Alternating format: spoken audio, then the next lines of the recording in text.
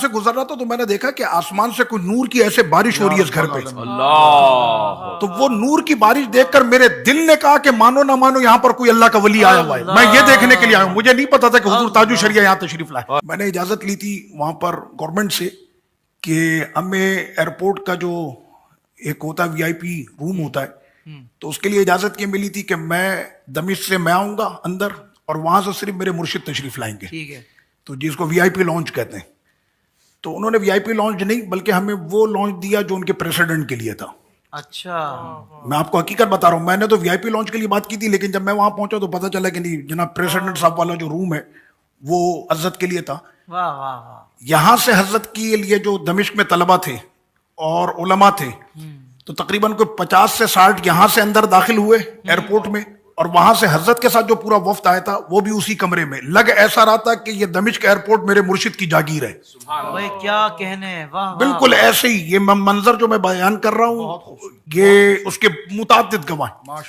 اس کے بعد وہاں پر ایک معاملہ یہ ہوا کہ لنکا کا ایک شخص تھا جس کو ہم سری لنکا کہتے ہیں, وہ پیچھے پڑا ہوا ہے مجھ کو آنا ہے مجھ کو آنا ہے. میں جب بھی پاسپورٹ اس کا دوں ویزے کے لیے وہ اس کو ریفیوز کر دیں. اس نے پھر ٹکٹ کوئی ایسا بنایا کہ میں یہاں آؤں گا, اگر آنے دیا تو ٹھیک ہے, نہیں تو پھر میں یہیں سے واپس ہو کے دبئی اور دبئی سے میں چلا جاؤں گا. تو وہ میرے پاس آیا, آ کر مجھے کہنے لگا عامر صاحب آپ ہیں؟ میں نے جی, اور رونے لگا. میں نے اپنے مرشد کے ساتھ ملک شام کی زیارت کرنی ہے. تو میں نے کہا ٹھیک ہے حضرت سے عرض کرو. اب وہ حضرت کے قدموں میں بیٹھ کر کہتا ہے کہ حضرت آپ کہیں نا عامر بھائی کو میرا ویزا لگوا دیں. 2 مرتبہ میں اس ویزے کو امیگریشن میں دے چکا ہوں, دونوں مرتبہ ریفیوز ہوا ہے کہ ہم نہیں دے سکتے اس کو ویزا. جمعے کا دن ہے, ایئرپورٹ پر کوئی بھی بڑا افسر نہیں ہے جس کے پاس اتھارٹی ہو. حضرت نے فرمایا کہ عامر صاحب, عامر اس طرح سے کچھ, عامر جائیے اور جا کر ان کا ویزا لگوا دیں. تو میں لے کر گیا تو وہاں پر کلرک بیٹھا ہوا ہے جس کے پاس اتھارٹی بھی نہیں ہے. اس کو میں نے پاسپورٹ دیا, اس نے اسٹیمپ لگائی, انٹری کی, نیچے عربی میں لکھ دیا 4 دن کی اجازت ہے, کیونکہ حضور کا وہاں پر قیام 4 دن کا تھا. اللہ اکبر. میں وہاں سے واپس آیا تو حضرت نے فرمایا ہو گیا. میں نے جی حضور ہو گیا کام. اچھا یہ صبح میں حضرت تشریف لائے. کلرک کو پتا تھی کہ حضرت کا بھی 4 دن کا قیام ہے؟ نہیں اس کو نہیں پتا, کچھ نہیں پتا, اس کو تھوڑی پتا ہے. واہ واہ واہ واہ, اس کے پاس تو اتھارٹی بھی نہیں ہے ویزا دینے کی. دفتری آدمی ہو تو ہاں وہ کلرک تھوڑی دے سکتا ہے, جرنل کا کام ہوتا ہے, جرنل ویزا دیتا ہے, کلرک کا کام نہیں ہوتا. واہ واہ واہ. اور جمعے کا دن وہاں چھٹی ہوتی ہے جمعے کو. بہت اچھے, واہ. تو صبح حضرت تشریف لائے کو 10 بجے کے وقت دمشق, اور رات میں مغرب کے بعد حضرت کی جو ہے وہ نشست تھی علماء اکرام کے ساتھ. تو 114 کے قریب میں نے بتایا نا کہ آپ کے علماء اکرام. آخر میں تشریف لائے مفتی دمشق, فقہ حنفی کے بہت بڑے عالم مفتی دمشق ڈاکٹر عبد الفتاح البزم. ڈاکٹر عبد الفتاح البزم, میں نے شاہ صاحب ایسے روب والا شخص میں نے نہیں دیکھا. یعنی علماء اکرام کے اندر جو روب ہے ان کا, اور ان کا انٹرنیشنل یونیورسٹی ہے مجمع الفتح الاسلامی کے نام سے. تو ہمارے یہ جتنے بھی شامی آپ کو پاکستان میں نظر آتے ہیں, ہندوستان میں نظر آتے ہیں, جن کے نام کے ساتھ شامی لگتا ہے, یہ سارے اسی ادارے کے پڑھے ہوئے ہیں. صحیح. تو انہوں نے مجھے فون کیا. پہلی بات تو یہ ہے کہ یہ ان کی بارگاہ میں شاید توہین ہی ہوگا کہ 1 دن پہلے میں نے ان کو دعوت دی ہے. انہوں نے مجھے مغرب کے وقت فون کیا اور فرمایا کہ مرشد آ گئے آپ کے. میں نے جی حضرت تشریف لے آئے. کہاں پر ہے حضرت؟ میں نے کہا فلاں جگہ پر. بی بی سیدہ زینب پاک رضی اللہ عنہا کا جو مزار شریف ہے بالکل اس سے متصل حضرت کی جو ہے وہ رہائش تھی. واہ واہ, سبحان. وہ ایک فارم ہاؤس تھا, اس میں حضرت. تو مفتی دمشق تشریف لائے. مجھے حیرت ہے کہ جمعے کے دن یہ تشریف لے آئے, وہ بھی اس علاقے میں. اچھا وہاں پر شاہ صاحب یہ ایئرپورٹ کا راستہ ہے, تو ایئرپورٹ کے راستے میں ویسے بھی سناٹا ہوتا ہے. تو حضرت کی آمد سے ایک شخصیت کو تو آپ بھی جانتے ہیں, شیخ سید صباح, جو سیدنا امام موسیٰ کاظم رضی اللہ عنہ کے مزار شریف اور آپ کے خاندان سے ہیں, اور بغداد شریف میں جو آپ کے امام ابو یوسف رضی اللہ عنہ کے مزار شریف کے متولی شیخ سید صباح جی. یہ 2 دن کے بعد اچانک رات میں تشریف لائے. ہم حضور کے قدموں میں بیٹھے ہوئے تھے تو دروازہ کھولا, کسی نے دیکھا تو سید صباح آ رہے, اور آتے مجھے کہا شیخ عامرانہ زعلان منک, میں تم سے ناراض ہوں. میں نے کہا حضور کہنا اللہ کے ولی آئے اور تم مجھے بتا بھی نہیں رہے. اللہ. تو میں نے کہا کہ حضرت اچھا میں صرف اس وجہ سے ڈر رہا تھا, مرشد ہمارے ہندی جنسیہ, نیشنلٹی ہندی, میں پاکستانی. حضرت کے ساتھ آنے والی تقریباً 5 سے 6 نیشنلٹیاں اور تھیں. بیٹھے ہم شام میں, شیخ صبا کا پاسپورٹ عراقی. تو میں نے کہا ان کو دعوت دینے سے کہ ایسا نہ ہو کوئی سرکاری معاملات ہو جائے, اس وجہ سے میں نہیں. تو وہ فرمانے لگے کہ مجھے کسی نے دعوت نہیں دی ہے، میں یہاں سے گزر رہا تھا، رات یہاں پر اتنی اندھیرا ہوتا ہے، وہ فارم ہاؤس کا علاقہ ہے تو وہاں پر کتنا اندھیرا ہوتا ہے فارم ہاؤس کے ایریا جو، تو کہنا میں یہاں سے گزر رہا تھا تو میں نے دیکھا کہ آسمان سے کوئی نور کی ایسے بارش ہو رہی ہے اس گھر پہ. اللہ. تو وہ نور کی بارش دیکھ کر میرے دل نے کہا کہ مانو نہ مانو یہاں پر کوئی اللہ کا ولی آیا ہوا ہے. میں یہ دیکھنے کے لیے آیا ہوں، مجھے نہیں پتا تھا کہ حضور تاج الشریعہ یہاں تشریف لائے. ہائے ہائے ہائے ہائے. تو حضرت کی وہاں پر جو گفتگو رہی، پھر وہ سارے علماء کرام وہاں پر موجود تھے. مفتی دمشق جب تشریف لائے تو ایک طرف میں اور ایک طرف شیخ ابو القاسم بھائی، ہم دونوں ایسے چل رہے تھے. تو حضرت ایسے صوفے پر جلوہ گر تھے اور گفتگو حضرت کی علماء کرام سے چل رہی تھی، سوال جواب کا سلسلہ چل رہا تھا. اور میں بھی ایک اس پر بات بتاؤں گا کہ حضور سے سوال جواب کا سلسلہ ہوتا کیسے. تو حضرت ایسے تھے، تو یہاں پر وہ کھدرا سا فرش ہے، تو مفتی دمشق کے بڑے بڑے شام کے علماء کرام وہ اتنا جھک جھک کے ان سے ہاتھ چومتے ہیں. تو آج میں نے پہلی مرتبہ دیکھا تھا زندگی میں، اپنی پہلی مرتبہ، کہ مفتی دمشق کہ جن کا جبہ اور قبہ بھی جو ہوتا ہے وہ ہزاروں لاکھوں کا ہوتا ہے، تو اپنے اس کھدرے فرش پر گھٹنوں کو ٹیک کر میرے مرشد کے ہاتھ چوم رہے تھے. یہ میں نے دیکھا. یعنی ابھی کوئی وہی والی بات ہے، سیجعل لہم الرحمن ودا، اللہ تعالیٰ ان کے روب کو، ان کی محبت کو لوگوں کے دلوں میں ڈال دیتا ہے. حضور تاج الشریعہ میرے مرشد کریم نے پھر وہاں پر گفتگو کے بعد آخر میں حضرت نے اپنا ایک کلام پڑھا، اللہ اللہ اللہ مالی رب اللہ. اس کا آخری جو مقطع ہے شاہ صاحب، اس میں ہے ھذا اختر ادناکم ربی احسن مثواہ.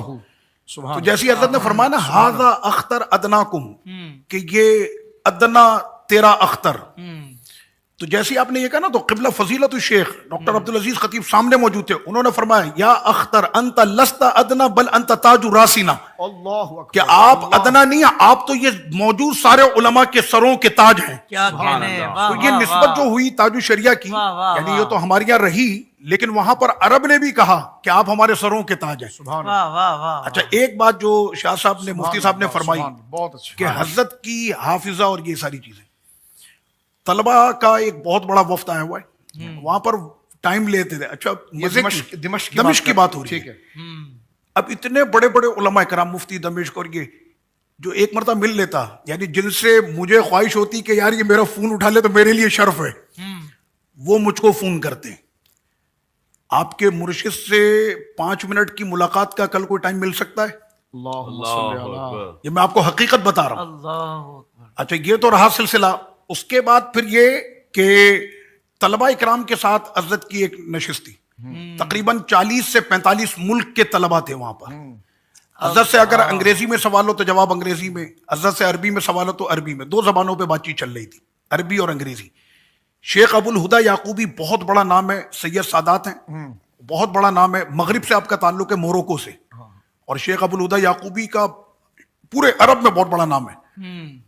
تو حضرت ان سے ملاقات کے لیے ان کے یہاں تشریف لے گئے تھے، اور ابھی تک ان کے جتنے بھی مسائل ہوتے ہیں بڑے بڑے اہم مسئلے کے، جس کے اندر علماء شام سے بھی شاید ان کو اطمینان نہ ہو، تو حضور تاج الشریعہ سے پھر ان کو اطمینان ہوتا ہے. اللہم صلی اللہ. شیخ ابو الہدیٰ یعقوبی کی میں بات کر رہا ہوں. تو شیخ ابو الہدیٰ یعقوبی صاحب سے جب گفتگو حضرت فرما رہے تھے تو میں وہی قدموں میں بیٹھا ہوا تھا حضرت کے.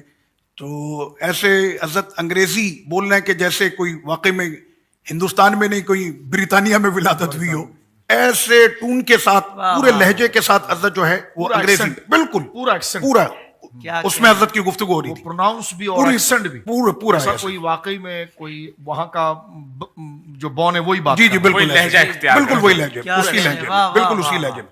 یہاں تک کہ شیخ عبد الرزاق حلبی، سبحان اللہ، ان کو ثانی امام ابو حنیفہ کہا جاتا ہے، تو ان سے ملاقات کے لیے بھی حضرت تشریف لے گئے تھے. تو 1 گھنٹے شیخ عبد الرزاق حلبی اور ادھر حضور تاج الشریعہ.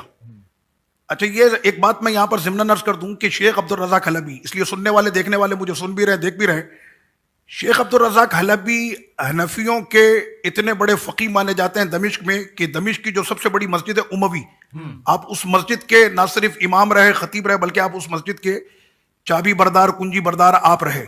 وصال ہوگی آپ کا. اس وقت ملک شام میں اکابر جو علماء کرام ہیں، چاہے مفتی دمشق ہو، مفتی اعظم ہو، فلاں، یہ سارے کہیں نہ کہیں سے شاگرد ہیں آپ کے، اور اتنے بڑے عاشق رسول کے بیٹھے بیٹھے میلاد شریف شروع کر دیں. واہ. لیکن پاکستان کے ہوشیار پہنچتے ہیں شیخ عبد الرزاق حلبی کی بارگاہ میں، وہ کہ جن کے یہاں پر میلاد شریف جن کو ہضم نہیں ہوتا، اور میلاد شریف کا نام بھی عزم نہیں ہوتا. میں نے ایسوں کو دیکھا کراچی سے کہ وہ شیخ عبدالرزاق حلبی کی نشست میں کھڑے ہو کر سلام پڑھ لیتے, اللہ اکبر. اور پھر وہ یہ کہتے ہیں کہ شیخ عبدالرزاق حلبی کی جوتیاں اٹھانا ہمارے لیے شرف کی بات ہے.